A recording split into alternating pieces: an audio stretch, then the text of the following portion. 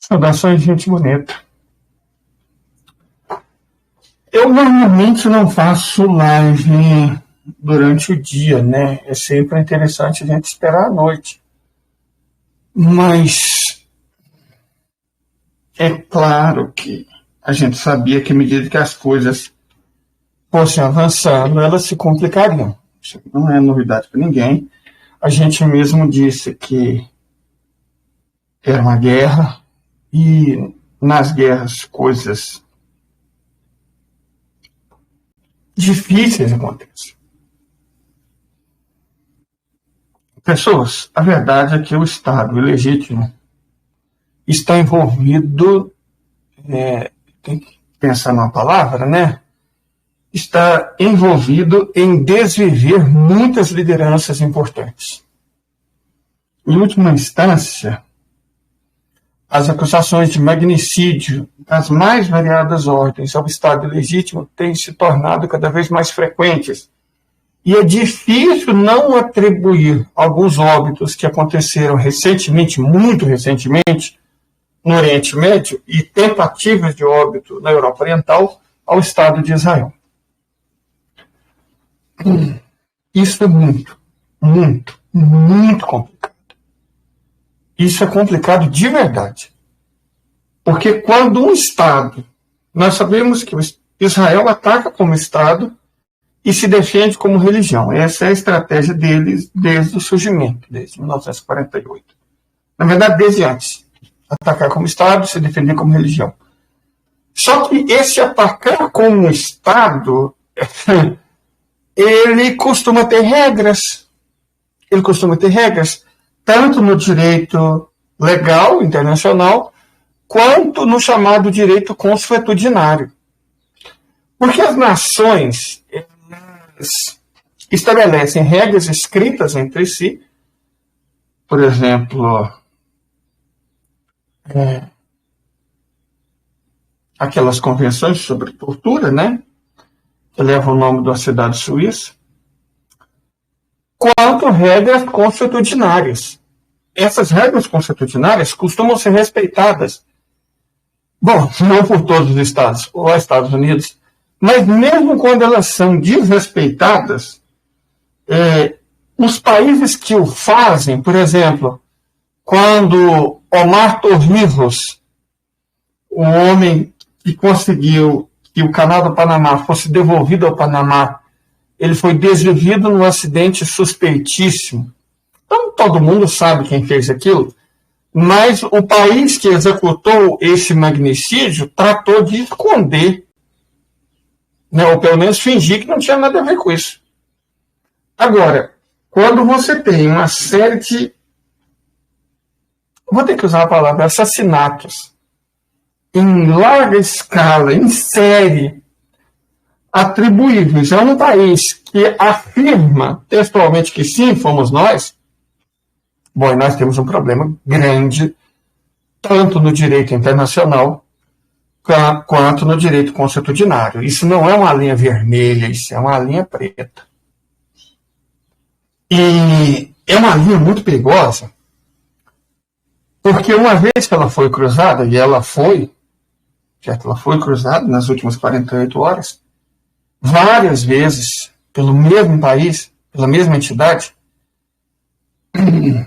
isso cria uma situação muito difícil para ser equalizada, tanto para as nações que ainda ousam defender, né?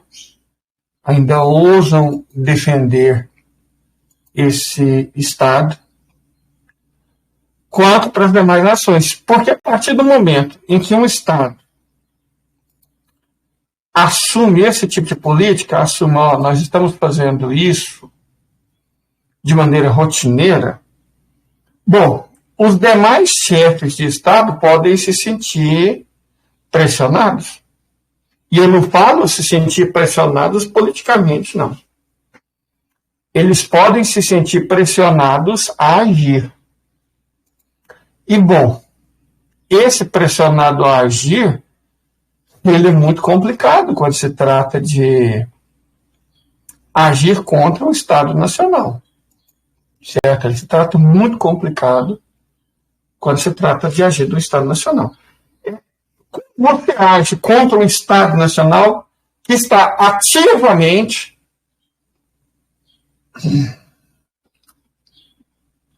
professando a arte do magnicídio?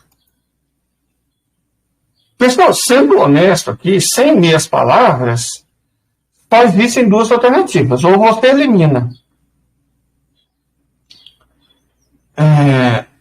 os magnicidas ou elimina a entidade que está produzindo isso. Então, se o Estado de Israel acha que essa é uma boa política, olha, eu não queria dizer nada, não queria ser o chato da história, não, mas isso não é mesmo uma boa política. Existe um motivo pelo qual os outros estados não fazem esse tipo de coisa. É porque, bom, as outras nações vão reagir. Ou mais do que isso, vão ganhar legitimidade para reagir. Eu não sei, sinceramente, em que momento o Estado de Israel achou que isso era uma boa, que isso era inteligente, que tudo ok fazer isso. Mas eu vou dizer uma coisa para vocês, não é. Né? Eu gostaria de ler um artigo para vocês do glorioso Moon of Alabama. Eu creio que todo mundo conhece, né? Acho que todo mundo conhece o Moon of Alabama. É um fórum clássico de discussão de geopolítica. De muitos anos. Todos conhecem. E eles publicaram uma matéria ontem, que ontem me faltou, para variar, né? Fôlego. Mas agora eu estou com esse fôlego. E agora eu quero reparar esse erro pelo qual peço desculpas. Eu deveria ter lido esse artigo antes de qualquer outra coisa. Foi escrito ontem, antes de uma série de coisas que aconteceram hoje. Mas vamos lá, antes tarde do que nunca, né? O título do artigo é Israel pode muito bem desmoronar. Vamos lá. Um comentário um tanto prematuro sobre o conflito entre o ministro da Defesa israelense, Yoav Gallant, e o ministro da Segurança Nacional e radical condenado, Itamar Ben-Gvir. Abre aspas. A desintegração da sociedade sionista está acontecendo mais cedo do que o esperado. Isso vai se agravar à medida que os israelenses se conscientizarem de que o fracasso da guerra é inevitável. A guerra civil é muito provável, mas quase um terço da população, liberais e afiliados, simplesmente iria embora em vez de lutar. Já está acontecendo, 1 milhão de pessoas já deixaram aquele estado. Esse não é um conflito entre duas autoridades, é um conflito ideológico entre duas escolas de pensamento que estão em espectros completamente opostos. Isso não ficará entre Ben-Gvir e Gallant Halevi. Se tornará um conflito entre o exército e as polícias mais as milícias. O atual conflito entre Gallant e Ben-Gvir ocorre depois que a Polícia Militar do Estado de Israel prendeu 9 soldados acusados de estuprar uma prisioneira palestina. As investigações israelenses do estupro tornaram-se necessárias após relatos da CNN, do New York Times e do Washington Post sobre abuso e assassinato de prisioneiros em prisões israelenses. Os relatos ameaçaram desencadear investigações internacionais. As autoridades judiciais disseram em net que se as suspeitas sérias não fossem investigadas, se uma investigação internacional não ocorresse, uma investigação nacional não ocorresse, uma internacional ocorreria. E aí eles falaram que uma investigação interna israelense seria melhor do que a investigação internacional. Abre aspas. O abuso de prisioneiros pode causar danos sem precedentes internacionalmente. Eu não sei se vocês se lembram, antes de ontem, numa live minha, os haters estavam apopléticos. Investigações internas protegem Israel dos tribunais internacionais em Haia. Se não investigarmos, estamos garantindo que os líderes políticos e militares acabem diante desses tribunais e Israel seja submetido a medidas graves. Os suspeitos foram detidos para interrogatório e não presos. Eles receberão um processo justo e devido. Eu não vou nem entrar no mérito se aquele país é capaz de processo justo e devido. O fato é que eles já estão soltos. Mas, continuando, os advogados dos supostos reservistas negaram as acusações de estupro e disseram que os prisioneiros recusaram a revista quando foi transferido para a unidade Sde Teiman e foi contido à força. Bom, essa história, evidentemente, é falsa. Né? Descrever um estupro anal coletivo como contenção pela força requer alguma ousadia. A prisão dos estupradores levou a cenas selvagens em 2 bases militares israelenses. Israel passou por horas de caos na segunda-feira, depois que manifestantes de extrema-direita, encorajados por políticos ultranacionalistas da coalizão governante, invadiram a base militar, onde militantes do Hamas estão detidos, e outra base que hospeda o Tribunal Militar das Forças de Defesa de Israel. Os incidentes começaram quando a polícia das Forças de Defesa de Israel detiveram, na segunda-feira, 9 reservistas que serviam na unidade Força 100, na base militar Sde Teiman. Sde Teiman foi usado como centro de detenção para militantes do Hamas envolvidos no ataque de 7 de outubro. E suspeitos presos pela IDF em Gaza também foram levados à base para interrogatório. Os manifestantes então se mudaram para outra base militar 30 minutos ao norte de Tel Aviv, que hospeda a sede da Polícia Militar, um centro de detenção das IDF e o Tribunal das IDF. Eles invadiram o tribunal e tentaram invadir o centro de detenção para libertar os reservistas. Os incidentes caóticos indicam quanto os ultranacionalistas em Israel foram encorajados pelos governos de Netanyahu, principalmente depois do 7 de outubro. É também um sinal de desintegração da cadeia de comando das Forças de Defesa de Israel, da lei e da ordem interna das Forças Armadas, incentivados por políticos ultranacionalistas que, durante anos, chamaram as Forças Armadas de uma instituição liberal e disseram que eles eram parte de um Estado profundo que precisa ser desmantelado. A polícia, sob o comando de Ben-Gvir, não interveio em quaisquer dos ataques às bases militares. Será interessante ver como o conflito se desenrolará se ou quando o primeiro-ministro israelense Benjamin Netanyahu ordenar um ataque ao Hezbollah no Líbano. Abre aspas. Ministros israelenses autorizaram o primeiro-ministro Benjamin Netanyahu e seu chefe de defesa no domingo a decidir sobre a maneira e o momento de uma resposta ao ataque de foguetes nas colinas de Golã que matou 12 crianças e adolescentes. Esse ataque, como a gente sabe, foi causado pelos próprios israelenses. E que Israel e os Estados Unidos atribuíram ao grupo terrorista libanês Hezbollah. Eles negam, até porque não foram eles. Hezbollah não tem dificuldade nenhuma em assumir quando faz um ataque. Muito pelo contrário. Membros da comunidade drusa realizaram funerais no domingo para 11 das 12 jovens vítimas do ataque em um campo de futebol na cidade de Masdal Shams, em meio à fúria e tristeza pela tragédia, que ocorreu a poucos passos de um abrigo antiaéreo e tensões já altíssimas desencadeadas por 10 meses de ataques de foguetes quase diários no norte de Israel e ataques retaliatórios no sul do Líbano. As crianças desvividas eram drusas sírias, nas colinas de Golã sírias, que estão ilegalmente ocupadas por Israel. É muito duvidoso que o míssil do Hezbollah tivesse intencionalmente atingido aquela comunidade.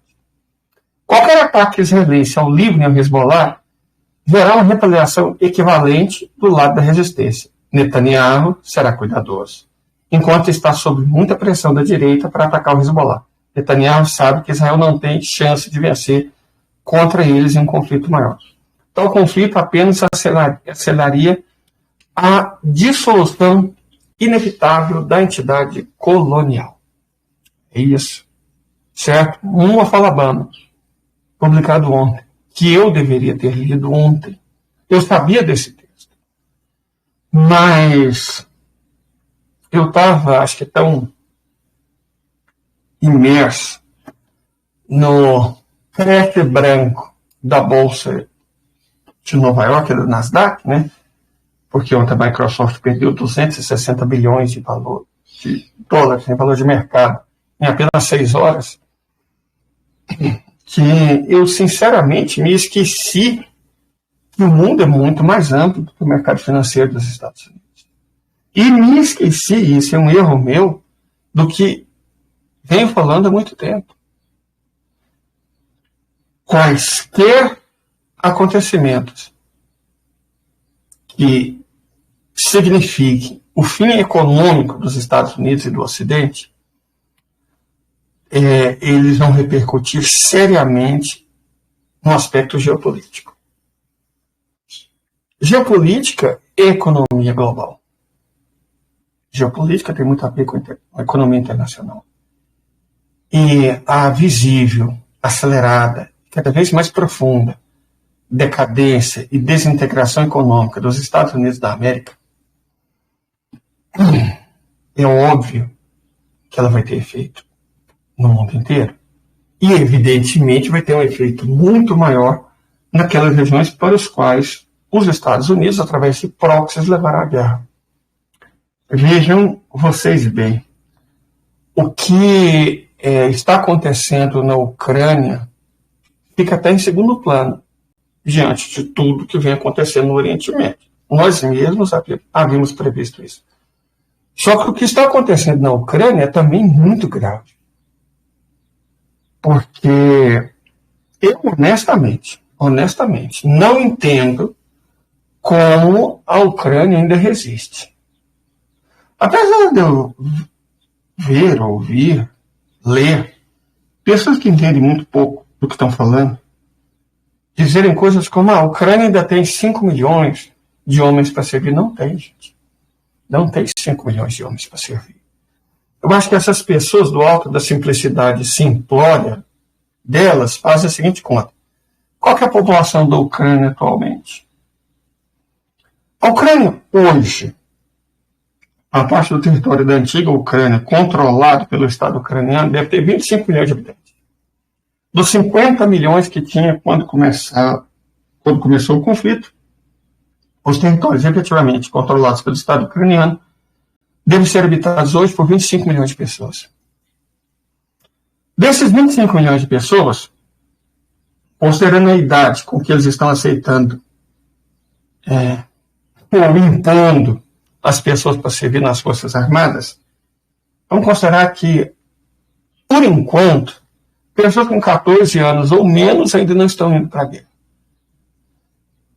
E vamos considerar que, por enquanto, pessoas com 60 anos ou mais ainda não estão indo para a guerra. Mas, do modo geral, pelas notícias que a gente vê, pelas imagens que a gente assiste, todo homem ou mulher da Ucrânia, com idade entre 15 e 59 anos, está sendo colocado para servir. E aí, de certo, essas pessoas, a partir desses dados, encontram esse número de 5 milhões de pessoas. Mas isso não é realista. Não é realista por uma série de fatores. O principal deles é que um país não pode ser formado só por soldados. A economia tem que funcionar. A produção, a circulação, a prestação de serviços, tudo isso tem que continuar funcionando. Então você não pode simplesmente pegar todos os adultos, jovens, na verdade, com menos de 18 anos, você é um adolescente, vamos colocar, e você é praticamente um idoso a partir de uma certa idade, mas você não vai pegar todas essas pessoas em idade economicamente ativa e colocar para lutar. Isso é insanidade. E é absolutamente realista, porque a economia, repito, tem que funcionar. Quem vai fazer ela funcionar? Crianças e idosos? Para fazer a economia funcionar? Isso é realista.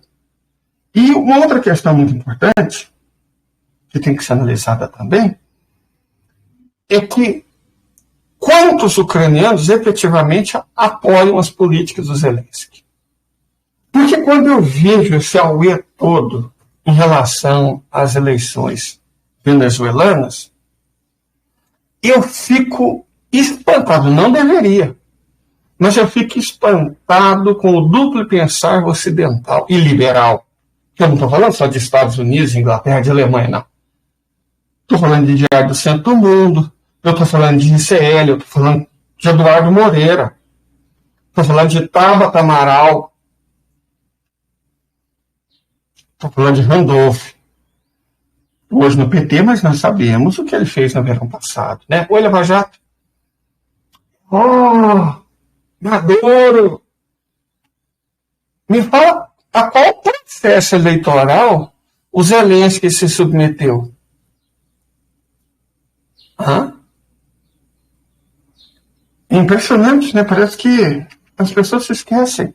Eu não vou nem entrar no mérito, né, dessa questão de as atas, né? Auditar as atas, porque tem que lembrar da famosa eleição George W. Bush Jr., esqueci o nome dele, contra Al Gore. Me parece que o Al Gore foi garfado.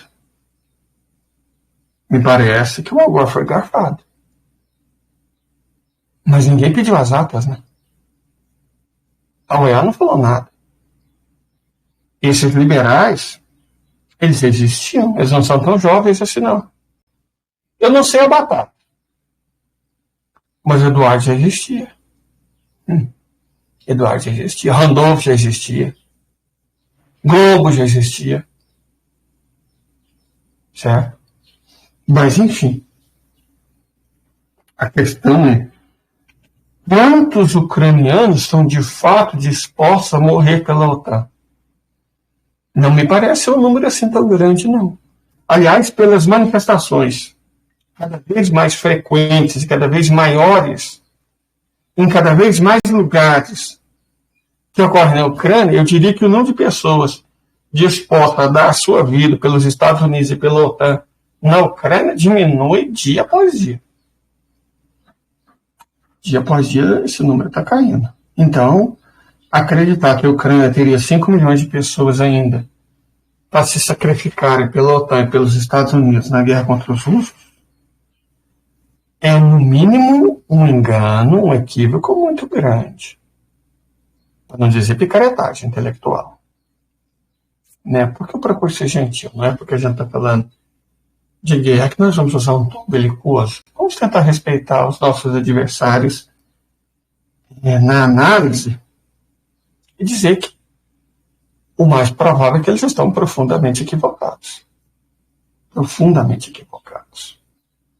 Do alto da enorme desinteligência que eles demonstram usar nas análises deles. Então, assim, a Ucrânia, ela tem quantos soldados ainda? 1 milhão? Meio milhão? Eu sei que esse número diminui dia após dia. Faz mais ou menos uns 2 meses que não tem praticamente um único dia que a Ucrânia não tem pelo menos 1.500 baixas. Houve dia que eles tiveram 4.500 baixas. Então, nesse ritmo, as coisas vão desmoronar muito, muito rápido. Não é mais uma questão de munição que o Ocidente não tem, de armamento que o Ocidente não consegue fornecer. Eles não têm mais base industrial. A questão é que realmente eles não têm mais mão de obra para lutar. E as tentativas europeias e britânicas de ajudá-los, quando França e Reino Unido mandaram oficiais para ensiná-los a usar armas, e parece que esses oficiais foram sublimados, né, reduzidos a substâncias mais essenciais por bombas termobáricas. Eu creio que isso deve ter diminuído muito a coragem de outros exércitos da OTAN de mandar gente para lá. Porque, ao que consta, os oficiais franceses e britânicos que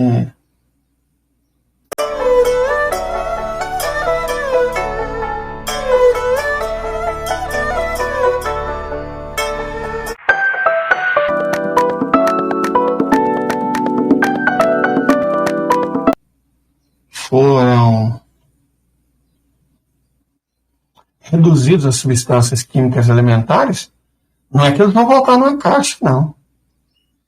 Se fosse possível reunir o que sobrou deles, você poderia colocar todos eles dentro de um balãozinho de aniversário. Não é porque o efeito desagradável das bombas termobáricas, conforme a distância que você está do núcleo, é que você é literalmente reduzido a gás. Então não dá nem para votar na caixa de madeira. E a coragem dos oficiais, porque, ao que consta, a grande maioria das pessoas desvividas eram oficiais, alguns de alta patente. Os oficiais costumam ser ótimos para mandar soldados perderem as vidas no lugar deles. Mas quando é o deles que está na reta, a coragem diminui bastante. Então eu creio que esse apoio suposto que a OTAN está fornecendo a Ucrânia também vai degringolar muito rapidamente. A Ucrânia está a metros do colapso. Sem dinheiro, devendo até os fundos, sem recursos, sem infraestrutura, sem armas, sem munição, lutando contra um país que tem tudo isso em enormes quantidades. É matemática. A matemática é mais simples. Não dá para você vencer uma guerra assim. Uma guerra assim, cada dia que dura, aumenta o tamanho da derrota.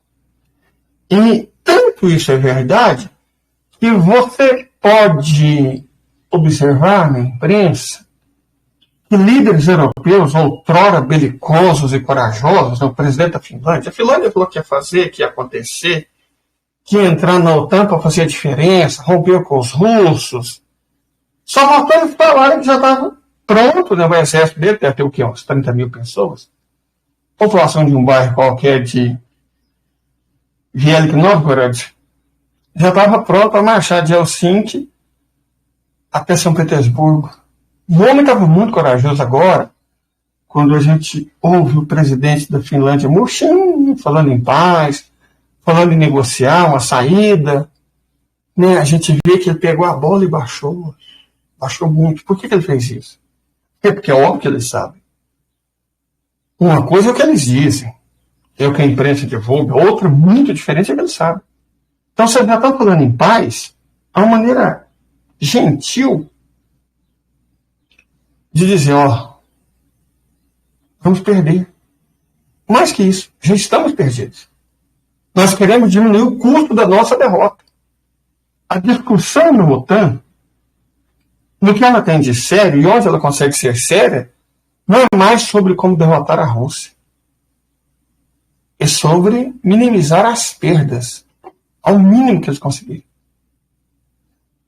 Então, vamos discutir a paz. Como assim discutir a paz? Imagina que você passou 2 anos e meio brigando. E achando que estava batendo. Quando ficou claro que você estava apanhando, e queria apanhar mais e mais, quanto mais durasse a briga, você fala em paz, isso não é sincero. Isso não é sincero. Não é mesmo sincero. Então, a Finlândia agora, o presidente finlandês, chama pela paz? Não chama pela paz. A conversa que a Finlândia pode ter agora é sobre rendição. Não sobre paz.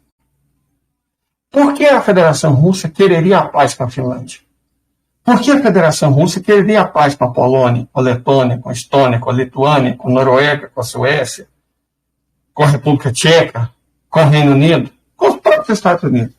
Por que a Federação Russa quereria a paz com eles? O que ela ganha? Não tem nada a ganhar com a paz.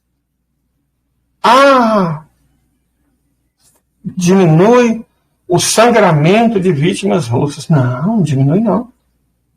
Vou dar um exemplo de como a paz nem sempre é uma opção boa. Em 1964, o então presidente João Goulart poderia ter reagido. Mas ele não reagiu supostamente para evitar um banho de sangue. Eu não sei se ele evitou um banho de sangue, que pode não ter acontecido um banho de sangue imediatamente. Mas ao longo dos 25 anos que a ditadura cívico-militar durou, houve banho de sangue. A classe trabalhadora brasileira, pelo menos no seu sistema organizacional, foi destruída. Os direitos foram todos erodidos. As ligas camponesas, os sindicatos, foi tudo erodido. O Brasil perdeu demais. Para o governo Fernando Henrique Cardoso, as pessoas se esquecem dessas coisas com muita facilidade, né? Morreram bem mais de 1 milhão de pessoas de fome no Nordeste. teria morrido 1 milhão de pessoas de fome no Nordeste, no intervalo de um único governo neoliberal, se houvesse sido feitas as reformas de base? Se houvesse sido feita a reforma agrária? Então eu não diria, de modo algum, que João Goulart evitou um banho de sangue. Na verdade, ele plantou uma semente de banho de sangue para colher mais tarde. Os frutos da covardia de João Goulart foram Fernando Collor de Mello, Itamar Franco, Fernando Henrique Cardoso, Miguel Temer e Jair Messias Bolsonaro. A semente da covardia produziu esses frutos. Então, imaginar que, para salvar a vida de alguns milhares de soldados russos, a Rússia estaria disposta a fazer a paz com os seus algozes, é de um primarismo, que eu diria diletante. E digo mais, para aqueles cidadãos que acreditam em Dugin, essas bobagens, que Putin vai salvar o Ocidente, eu vou repetir algo que eu já disse. Putin, prezados duguinistas, não se pretende ser o salvador do Ocidente. O que Putin claramente aspira é ser o coveiro do Ocidente. E ele não vai conseguir enterrar com a pá da paz. Só a guerra é capaz de fazer isso. E ele não precisa entrar na guerra, já está numa. Ele só precisa vencer a guerra na qual ele já está. O único caminho, por exemplo, ir para a Ucrânia, que a Rússia de fato pode aceitar, é rendição incondicional. Duvido que Vladimir aceite qualquer outra coisa que não rendição incondicional. Porque não precisa. Primeiro ponto. Segundo, porque não é conveniente. Terceiro, porque não é vantajoso. E quarto, porque não faz sentido. Ele só deve aceitar a rendição incondicional. Nada menos que isso. Mas eu creio que antes disso acontecer, eu concordo com o pessoal do Moore Alabama, Israel vai passar por isso. Até porque a entidade colonialista europeia oriental implantada no Oriente Médio pelos Estados Unidos não tem 50 milhões de habitantes. Hoje tem pouco mais de 6 milhões no grupo étnico.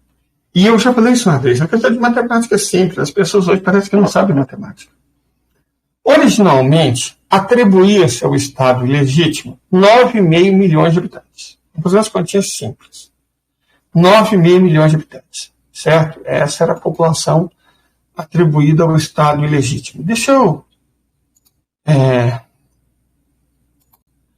compartilhar uma tela aqui. Certo? Deixa eu só compartilhar uma tela aqui.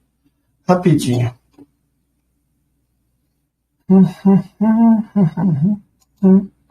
É rápido, gente. Compartilhar a tela. Pronto. Deixa eu só compartilhar essa tela. Isso aqui é uma calculadora. Vocês viram que eu não estou mentindo. Certo? Originalmente, atribuía-se à população do Estado ilegítimo 9,5 milhões de habitantes. Certo? Vamos calcular em termos de percentual. É só dividir por 100. Para a gente calcular quanto vale cada 1%. É igual, 9 milhões e 500 mil dividido por 100. Igual 95 mil. Bom, desses 9,5 milhões de habitantes, 7,5 milhões eram étnicos. Então, vamos pegar 7 milhões e 500 mil e dividir por 95 mil. Então, os colonialistas étnicos eram cerca de 79% da população do Estado ilegítimo. Vamos ver o que aconteceu? As estimativas mais otimistas dizem que a população de étnicos do Estado ilegítimo caiu de 7,5 milhões para 6,5 milhões. Certo? Só que a população dos nativos, da população original que foi usurpada, permanece em 2,5 milhões. Opa, nós temos um problema. Permanece em 2,5 milhões. Como nós sabemos que a população se caiu para 1,5 milhão, então cada por cento representa 85 mil. Vamos dividir isso aqui por 85 mil. Opa, a razão entre população usurpadora e população nativa, que era 80%, portanto, 4 em cada 5, agora caiu para 76%, portanto, 3 em cada 4.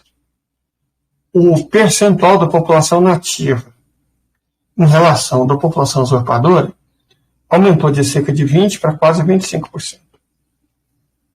De 1/5 para 1/4. Vamos imaginar que o Mofa Alabama esteja correto. Dos 6,5 milhões que restaram, 1/3 vão vazar. E eu acredito que ele está correto. Então você vai pegar 6,5 milhões e dividir por 3.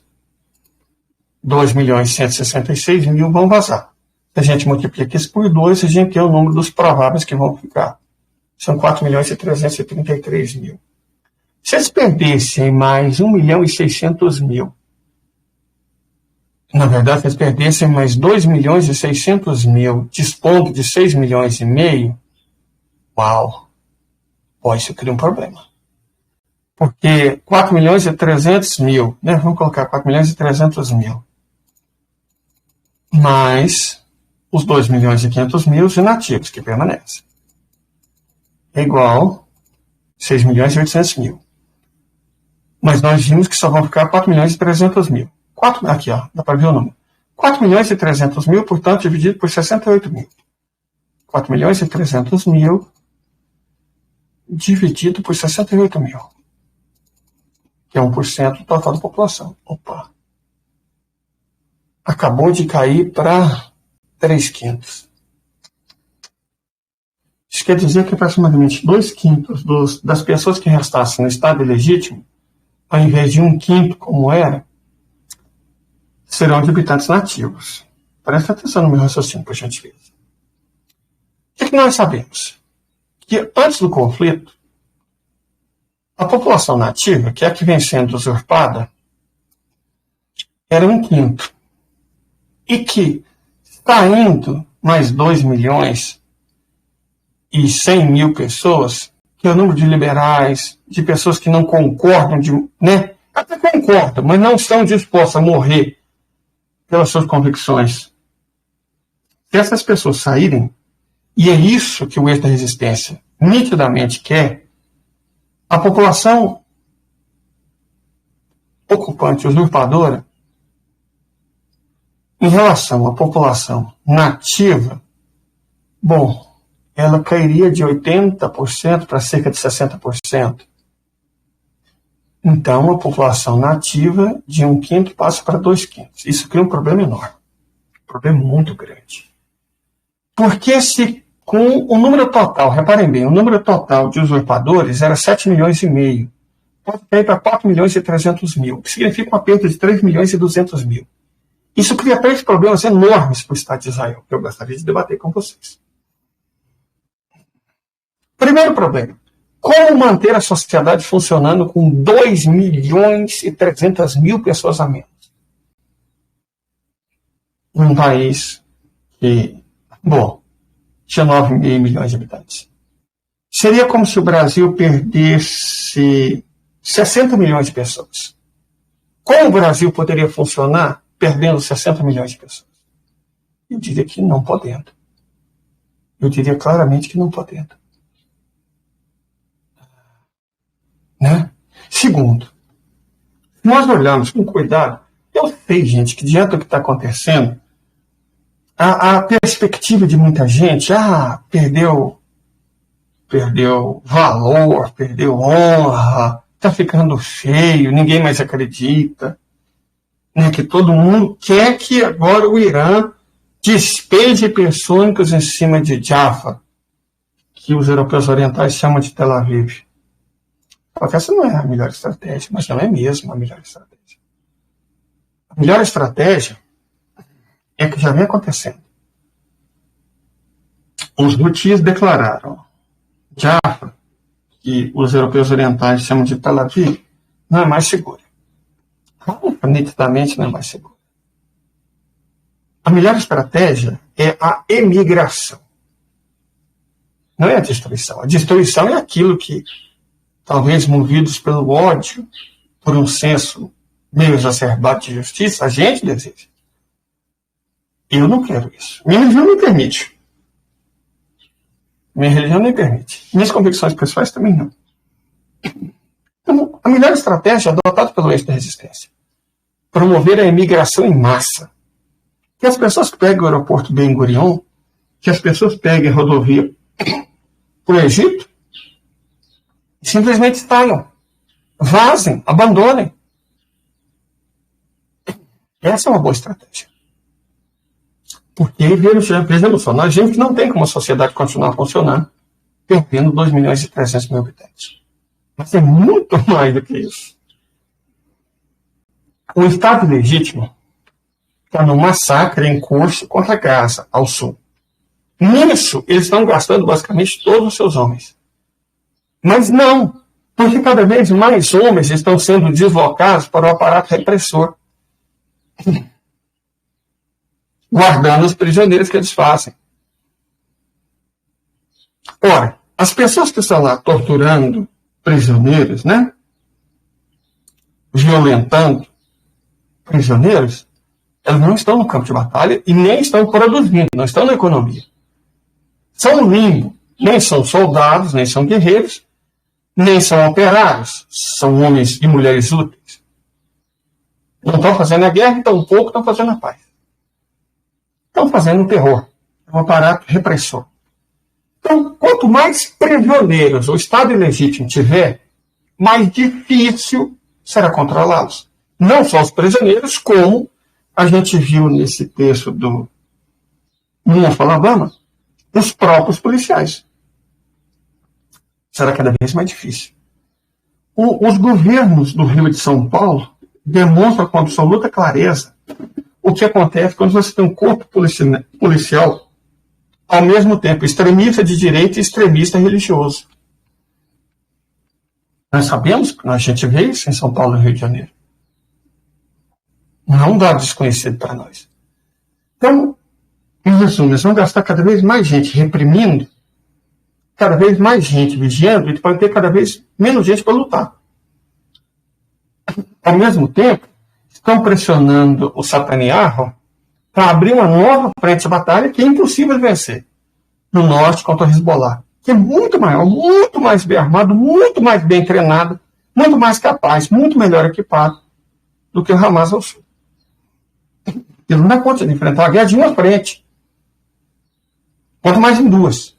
E à medida que a população for diminuindo, e isso vai também diminuir o número de soldados e soldadas. E soldados, né? Porque Israel é uma nação inclusiva. Lá qualquer um pode desviver e torturar palestinos. Inclusive legalmente. Se debateu exatamente isso no Knesset. Então vai ficar cada vez menos gente para a economia, cada vez menos gente para produzir, cada vez menos gente para consumir, cada vez menos gente para pagar imposto, e cada vez menos pessoas para lutar, porque vai ser necessário cada vez mais gente para reprimir. Eles não estão dando conta de uma guerra de uma frente no sul, e eles querem que faça uma guerra de duas frentes também no norte. E eles estão esquecendo uma coisa, os 2,5 milhões que estão lá dentro. Lembra os 2,5 milhões que nós falamos lá no começo? 2,5 milhões de 9,5 milhões? Então, eles continuam sendo 2,5 milhões. Só que a população usurpadora de origem europeia oriental, que era 7,5 milhões, nós vimos que pode cair com alguma facilidade para 4,3 milhões.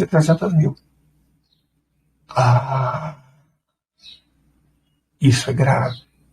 Isso é muito grave. Porque os 2,5 milhões permanecem. E aí, enquanto o Estado legítimo está muito preocupado em lutar no sul e no norte, nós não estamos falando dos motivos, que estão mandando seus brinquedinhos cada vez mais eficientes. Eles estão se esquecendo dos 2,5 milhões. Quando os 14 representantes do eixo da resistência foram para a China estabelecer a paz entre eles e guerra aos senhores, todo mundo, inclusive a China, claro, por dever de ofício, estão aqui os membros desses 14 grupos falando da paz entre eles. Só que a paz entre nós, mas guerra aos senhores. Eles se esqueceram da segunda parte. E a guerra, nesse sentido, não vai ser travada nem por egípcios, nem pelo Hamas, nem por Al-Ansarallah, que vem do sul, nem pela resistência iraquiana do leste, ou pelo Hezbollah, vindo do norte. O mais provável é que a guerra final e definitiva seja de dentro para fora, a dos 2,5 milhões que estão lá dentro. E paralela àquilo que o pessoal do Monte Alabama falou. Há uma guerra civil entre eles mesmos. Vocês já viram um meme? Um meme bem comum, que diz: briguem, desgraçados, briguem, matem-se. Foi o que o texto do Monte Alabama, que eu deveria ter lido na live de ontem, fala. É sobre isso.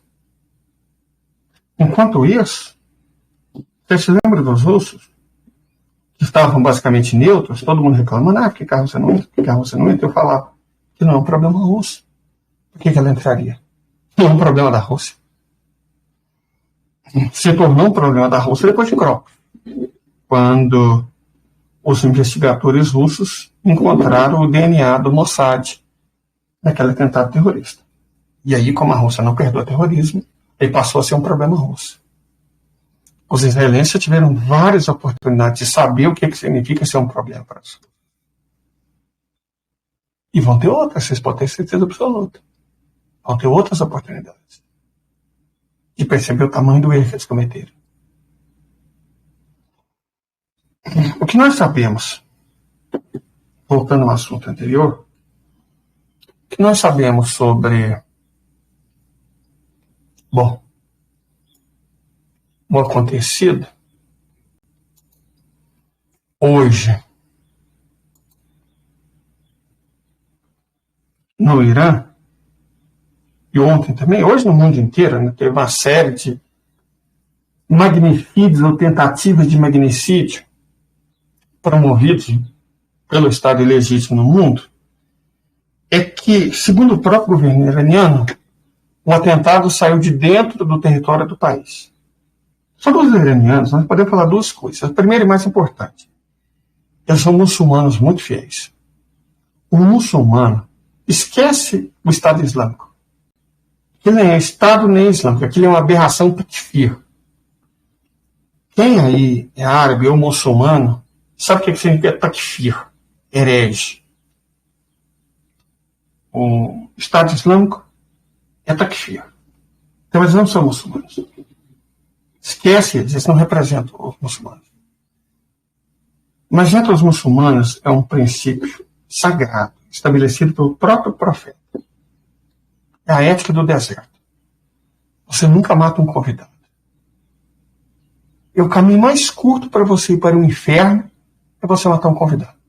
O que significa que o Irã, apesar do ataque ter saído de dentro do território iraniano, o Irã não tem absolutamente nada a ver com esse homicídio. Mas, aí vem a segunda coisa. Se o ataque saiu de dentro do território iraniano, evidentemente, a segurança iraniana falhou. E tem alguém colaborando com os inimigos do Irã. E alguém muito bem informado. Porque pouquíssimas pessoas sabiam onde o Qatari Ranier estava. Pouquíssimas pessoas sabiam onde Ranier estava. E entre essas pessoas que eles devem buscar o culpado. Como pouquíssimas pessoas sabiam, não vai ser difícil descobrir quem foi que vazou. Realmente não é difícil. Os iranianos não são os turcos. Os turcos têm medo de obter esse tipo de informação. Os iranianos não são eles. Mas eles podem terceirizar serviço. Irmãos da Turquia, Erdogan, grande vovô, manda os seus homens fazer os interrogatórios para nós, por Abizek, que eu garanto para vocês que interrogado por turcos, até o Batman diz a verdade. Então eles vão descobrir quem foi. Vou ter certeza absoluta. E quando eles descobrirem quem foi, eles vão descobrir quem mandou e quem pagou. E aí fica fácil resolver. De toda forma, eu concordo em gênero, número e grau com a leitura que o pessoal do Morro Alabama fez. Acabou. Já era. Já era.